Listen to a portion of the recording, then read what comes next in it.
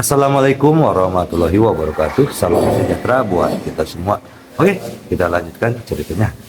Kita ke kebun lagi. Bab 3069 sampai bab 3072, Ye Junlin langsung tertawa.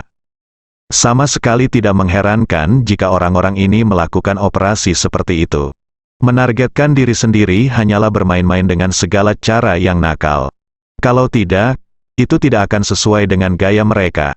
Untuk mencegah diri saya menawar, saya benar-benar menggunakan segala macam metode. Gunakan segala cara yang mungkin, membiarkan diriku menyaksikan obat ajaib ini dilelang oleh orang lain, untuk menghapus harapan Junjun. Tapi tidak apa-apa, dia tidak mau menawarnya sejak awal. Dia ingin mencurinya. Kelompok orang ini semua mengira ada kunci rahasia, dan percuma saja merebutnya sendiri, karena mereka tidak akan bisa membukanya sama sekali. Namun siapa sangka seseorang di sekitar Ye Junlin mengetahui tentang kunci rahasia tersebut dan memiliki harapan untuk membukanya. Jadi dia mengambil yang bisa dia coba. Jika Anda tidak mengambilnya, tidak akan ada peluang sama sekali. Pak Bang, Ye Junlin juga mulai bertepuk tangan. Oke, sangat bagus. Orang yang bertanggung jawab atas pelelangan tersenyum pada Ye Junlin. Tuan Ye pasti berpikir begitu juga, kan?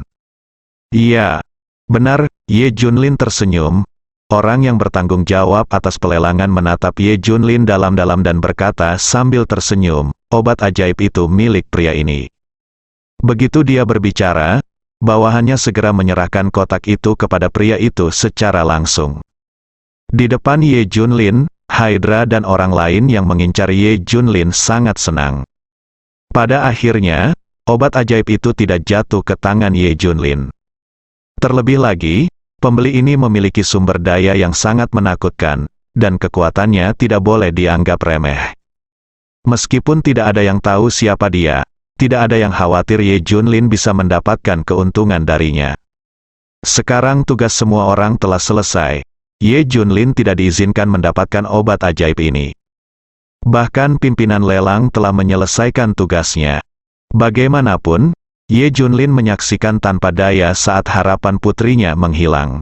Orang-orang mulai menatap, pengangkutan begitu banyak sumber daya pasti akan mengungkap kekurangan mereka. Selain itu, kekuatan misterius ini telah mengangkut begitu banyak sumber daya. Saya tidak percaya ia bisa menghilang begitu saja. Mari kita lihat kemana mereka dapat mengangkutnya ini. Ye Junlin berbisik kepada Dr. Dark untuk membuat pengaturan. Masalah transportasi sumber daya adalah petunjuk nyata identitas mereka. Bagaimanapun, itu adalah potongan kristal energi spiritual, sungguh sial. Pak, tolong ambil kotak mekanismenya dulu. Setelah Anda memastikan aman, kami akan mengirim seseorang untuk membukakan kunci rahasia untuk Anda. Kata penanggung jawab pelelangan, mereka tidak akan memberi Ye Junlin kesempatan sedikitpun. Baiklah, aku juga akan meminta kristal energi spiritualnya dikirim kembali nanti. Pria itu berkata dengan acuh tak acuh. Kirimkan kepada Anda kapan saja, kami percaya Pak. Kata penanggung jawab pelelangan, master di depan mereka sama sekali tidak memperhatikan sumber daya ini, jadi mereka tidak khawatir. Kalau begitu Pak, pergi dulu, untuk berjaga-jaga. Penanggung jawab pelelangan meminta orang tersebut untuk pergi dulu. Pada saat ini, orang yang dikirim oleh Hydra berkata, demi keselamatan Tuan, kerajaan beruang perang memutuskan untuk mengirim 200 dewa untuk melindungi Anda agar tidak pergi. Agar tidak memberi kesempatan pada Ye Junlin, Hydra sebenarnya mengatur sebuah serangan besar-besaran, sejumlah dewa di sekitarnya. Orang yang bertanggung jawab atas pelelangan tertegun sejenak, lalu tersenyum dan berkata, kalau begitu aku akan merepotkan para dewa kerajaan Zanxiong. Semua ini ditujukan pada Ye Junlin, meskipun mereka tidak menganggap serius Ye Junlin. Namun baru-baru ini saya mendengar bahwa Ye Junlin memiliki banyak master di sekitarnya. Ada banyak dewa di kuil besar Xia Tian yang merupakan saudara dan murid Ye Junlin. Mereka bahkan tahu bahwa ada master super selain Ye Junlin, dan dialah yang menemukan obat ajaib itu berulang kali. Oleh karena itu, mereka mengkhawatirkan orang-orang di sekitar Ye Junlin, bukan karena mereka takut pada Ye Junlin. Pria misterius itu diantar dan ditinggalkan di sini dulu. Penanggung jawab pelelangan memandang ke seluruh penonton dan berkata, "Silakan tinggal di sini sebentar. Kami takut ada kesalahpahaman atau masalah, mohon maafkan saya." Begitu kata-kata ini keluar, seluruh penonton mulai berbicara. Itu diucapkan dengan sangat indah, faktanya, ini untuk memenjarakan semua orang untuk sementara. Tidak ada yang mengharapkannya. Pada akhirnya, semua orang dipenjara. Tidak diizinkan pergi sekarang, mengapa? Hydra membuatmu ingin melawan, tapi apapun yang terlintas dalam pikiran, mereka tersenyum penuh arti. Ini dilakukan untuk mencegah Ye Junlin, tepatnya, dia menjaga orang-orang di sekitar Ye Junlin. Kendalikan orang-orang ini, kita juga harus mengendalikan sementara orang-orang ini di tempat lelang dan mencegah mereka pergi. Tapi mata penanggung jawab pelelangan tiba-tiba tertuju pada Ye Junlin. Dia tersenyum dan berkata, "Ini adalah kesalahan kami karena Tuan Ye tidak terlibat dalam item lelang terakhir sekarang. Untuk memberi kompensasi kepada Tuan Ye boleh pergi lebih awal, tapi hanya Anda yang bisa, yang lain harus menunggu. Sengaja, biarkan Ye Junlin pergi, tapi pertahankan semua orang seperti Dr. Dark." Tujuannya adalah untuk membuat Ye Junlin tidak berdaya. Bahkan jika dia ingin mengambil obat ajaib, dia sendiri tidak cukup kuat. Maka Anda hanya bisa menyaksikan peluang itu menghilang. Tenggelam dalam ketidakberdayaan dan perjuangan. Ini merupakan siksaan bagi seseorang, apalagi bagi seorang ayah. Ada kemauan tapi tidak ada kekuatan. Ini adalah momen paling menyedihkan bagi seseorang, bukan? Mereka melakukan ini dengan sengaja, membiarkan Ye Junlin pergi sendiri dan menjebak semua rekan kuatnya di sini. Namun, yang tidak mereka ketahui adalah yang paling kuat di antara mereka adalah Ye Junlin. Itu bukan orang lain, gabungan orang lain tidak bisa dibandingkan dengan Ye Junlin. Dapat dikatakan bahwa di antara kelompok orang ini, Ye Junlin paling sedikit dibebaskan. Kebetulan rencana Ye Junlin adalah mengambil tindakan sendiri dan meminta dokter kegelapan untuk mencari tahu identitas sebenarnya dari kelompok kekuatan misterius ini. Alhasil, mereka sendiri yang mengantarkannya langsung ke pintu. Biarkan dirimu pergi dulu, tinggalkan saja Dr. Dark dan yang lainnya di sini untuk memeriksa identitas mereka. Tepat pada waktunya, pria misterius itu akan segera mengirimkan 350.000 kristal energi spiritual. Saat itu, identitas kedua belah pihak bisa diperiksa. Lebih baik mereka tetap di sini. Terima kasih. Ye Junlin tersenyum dan pergi. Tapi ucapan terima kasih Ye Junlin terdengar seperti tindakan tak berdaya bagi mereka. Setelah Ye Junlin pergi, hilang begitu saja. Dia segera menyusul pria misterius yang baru saja pergi.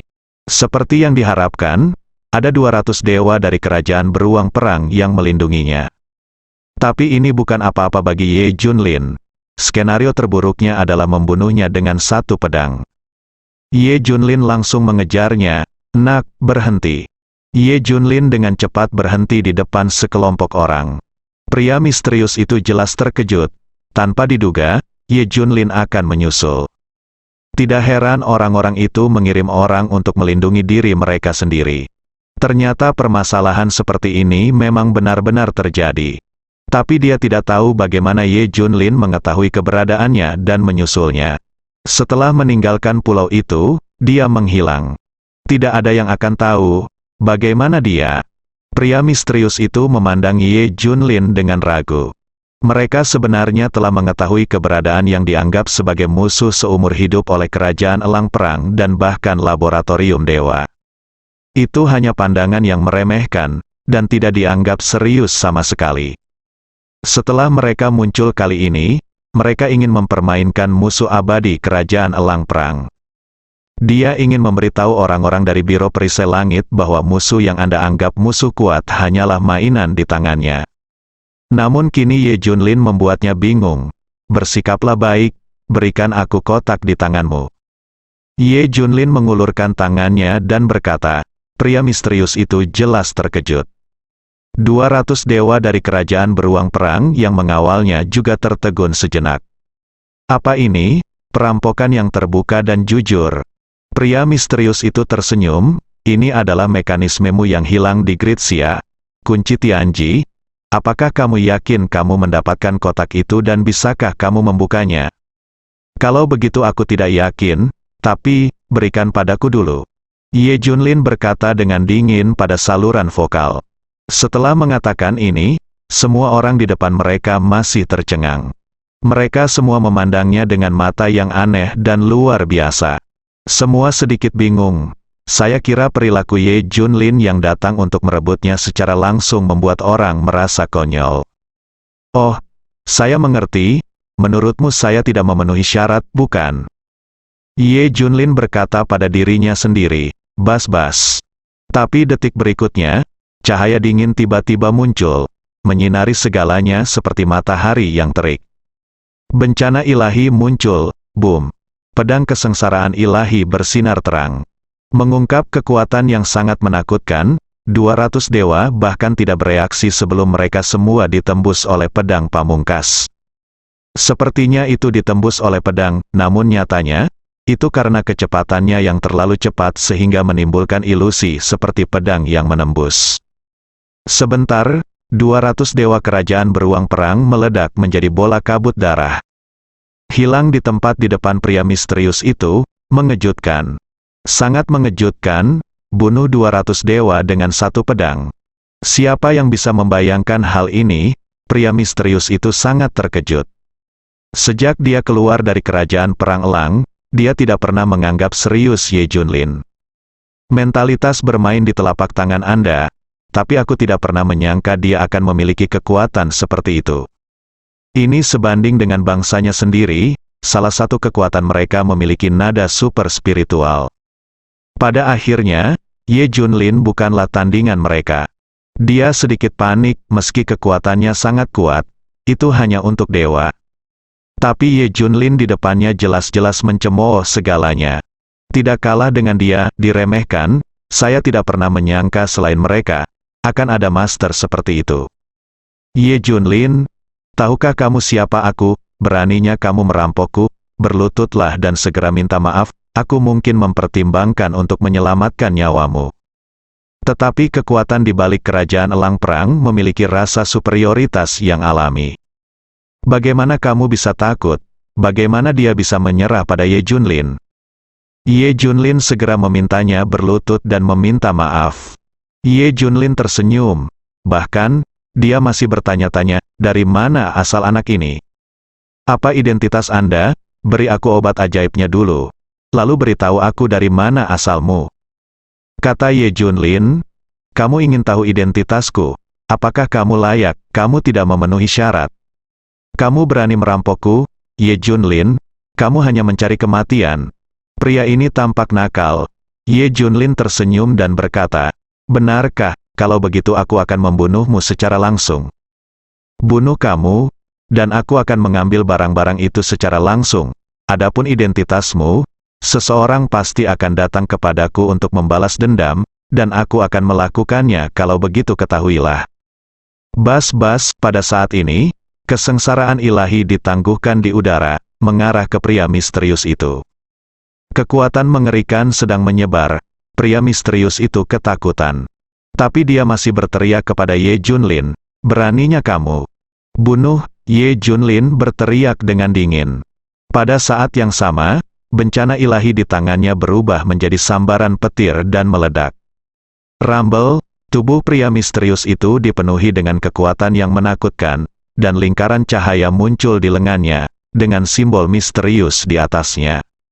Ini memberinya kekuatan yang mengerikan. Sebuah perisai cahaya terbentuk di depan tubuh, dan simbol-simbol pada perisai cahaya tersebut diisi dengan aliran kekuatan spiritual yang stabil. Sepertinya tidak ada artefak yang bisa membuka perisai cahaya ini. TSK, tapi apa yang dia temui adalah bencana ilahi. Kesengsaraan ilahi langsung menembus perisai cahaya. Kemudian menembus tubuhnya, tubuh pria itu berangsur-angsur menjadi ilusi, dan akhirnya lenyap sama sekali. Ada ekspresi luar biasa di wajahnya sesaat sebelum dia menghilang. Dia mungkin tidak menyangka Ye Junlin akan membunuhnya. Akan sangat menentukan, jika Anda mengatakan bunuh, bunuh. Saya tidak mengatakan untuk tidak memberitahu dia identitas saya. Dia hanya berpura-pura, tapi dia tidak menyangka Ye Junlin akan membunuhnya secara langsung. Jika Anda menunggu lebih lama lagi, saya akan memberitahu Anda identitas saya. Hanya saja Ye Junlin tidak mempedulikanmu. Jika kamu pamer, aku akan membunuhmu secara langsung. Bagaimanapun, saya tidak tahu identitas Anda. Orang ini juga sangat tidak berdaya. Selama Ye Junlin terlambat, dia akan menyatakan status keluarganya. Meski kekuatan di belakangnya kuat, dia tidak sekuat Ye Junlin. Dia pasti sudah melaporkan status keluarganya.